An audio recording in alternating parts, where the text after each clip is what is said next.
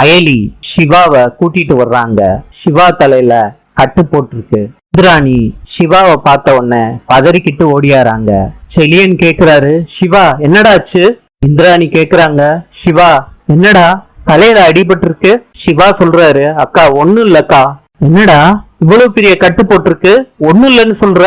நீ முதல்ல வந்து உட்காரு வா. அக்கா ஒண்ணும் இல்லக்கா. என்னடாச்சு?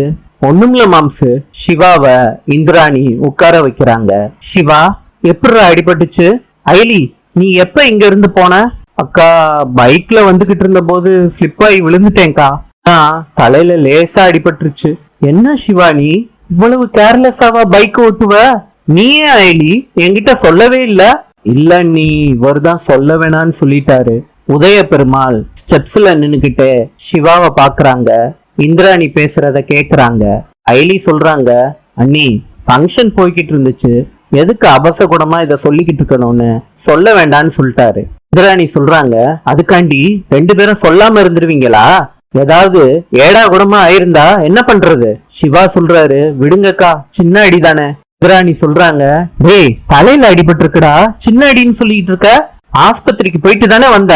ஆமா அண்ணி, இங்க ஃபங்க்ஷன் நடந்துகிட்டு இருந்த போதே சிவா ஆஸ்பத்திரிக்கு போயிட்டு தான் எனக்கு கால் பண்ணாரு.